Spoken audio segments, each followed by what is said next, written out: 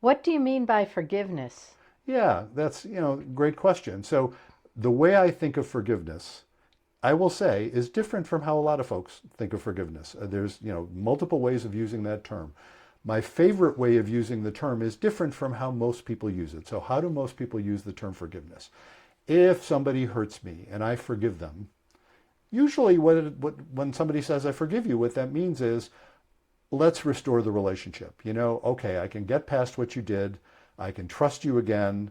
I might be a little wary, but I can get past it, and we can go on maybe more or less the way we did before. That's what someone means by forgive you. I forgive you the thing you did.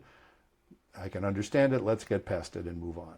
Which is fine. There's a fine way of describing forgiveness. But the way I like to define forgiveness is a different way, and I do it this way because I think it actually helps the person think about it better in a way that is more empowering.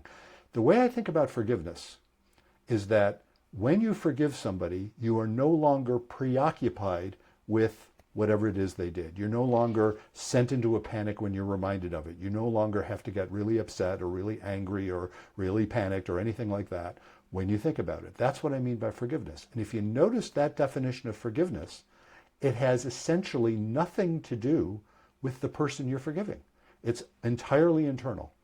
I can forgive someone who hurt me even if I don't trust them at all, even if I have no intention of restoring the relationship. I can forgive somebody who hurt me who I still intend to divorce, or I still intend to prosecute in court, or I still intend to sue, or I still intend to keep a restraining order out on. All of those things are possible by the way I'm defining forgiveness, because forgiveness, the way I'm talking about it, and this is not my phrase, but I like it, forgiveness is an inside job. It's something you can do. You can let go of the panic response, and then it's a whole separate issue. What do you do about the relationship with the person?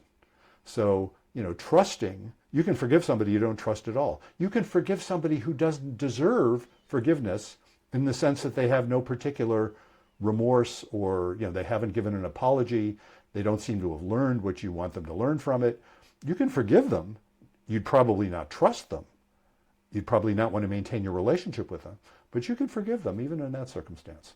So that's what I mean by forgiveness. So if you think about it in terms of how do you heal from betrayal, a huge part of healing from betrayal is to not be in a panic when you think about it anymore, which is what I mean by forgiveness. So forgiving someone means letting go of that. It's not easy, but I claim it's possible.